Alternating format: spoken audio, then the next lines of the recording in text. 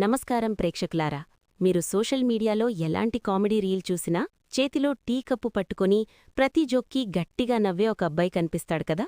అతడే ఈరోజు మన కథలో హీరో.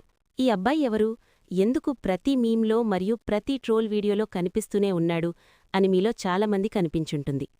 చాలామంది ఇతను బీహార్కి చెందినవాడేమో, లేదా ముంబై వాడేమో, లేక ఉత్తర భారతదేశానికి చెందినవాడేమో అని అనుకున్నారు. కానీ నిజమేమిటంటే ఈ అబ్బాయి మన తెలంగాణ రాష్ట్రానికి చెందినవాడు. జయశంకర్ భూపాలపల్లి జిల్లాలోని చిన్న గ్రామం నాలపుచటుపల్లి అతని స్వగ్రామం. ఇతని పేరు అరుణ్. అయితే ఇప్పుడు అందరూ ఇతన్ని వైరల్ టీ స్టార్ బాయ్ అని పిలుస్తున్నారు. ఆ వీడియో ఎలా పుట్టిందో తెలుసా? ఒక ఉదయం లారీ లోడ్ చేసే పనిలో ఉన్న సమయంలో అరుణ్కు బావ అయిన నెహ్రూ దగ్గర్లో టీ కొని ఇచ్చి ఒక జోక్ చెప్పాడు. ఆ జోక్ విని అరుణ్ నవ్వుతుండగా వేడిగా ఉన్న టీ చేతికి తగిలింది. వెంటనే అతను టీ కప్పును ఒక చేతినుంచి మరో చేతికి మార్చుకున్నాడు.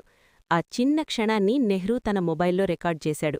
ఆ వీడియోను వారం రోజుల తర్వాత సోషల్ మీడియాలో అప్లోడ్ చేశారు. ఒక్కసారిగా అది దేశవ్యాప్తంగా వైరల్ అయింది.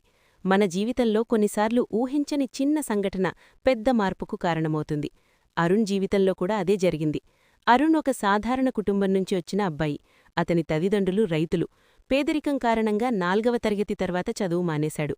అయితే ఇటీవలే 10వ తరగతి పరీక్ష రాసి ఉత్తీర్ణుడయ్యాడు. ఇంకా చదవాలి, జీవితంలో ఎదగాలి అనే కల అతనికుంది. జీవనం కోసం అతను లారీ పనులకు వెళ్తాడు. లోడింగ్లో సహాయం చేస్తాడు. ఇప్పుడు డ్రైవింగ్ కూడా నేర్చుకుంటున్నాడు. నెహ్రూ అతనికొక ముఖ్యమైన జీవనపాఠం నేర్పించాడు.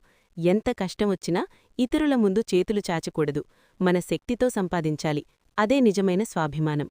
ఇది కేవలం ఒక వైరల్ వీడియో కథ మాత్రమే కాదు. ఇదొక చిన్న గ్రామం అబ్బాయి కథ. సాధారణ జీవితం గడిపే ఒక కుటుంబం కథ. స్వాభిమానం, కష్టపడే తత్వం, ఆశలు కలిసిన జీవితం కథ. ఈరోజు సోషల్ మీడియాలో ఎక్కడ చూసినా అరుణ్ కనిపిస్తాడు.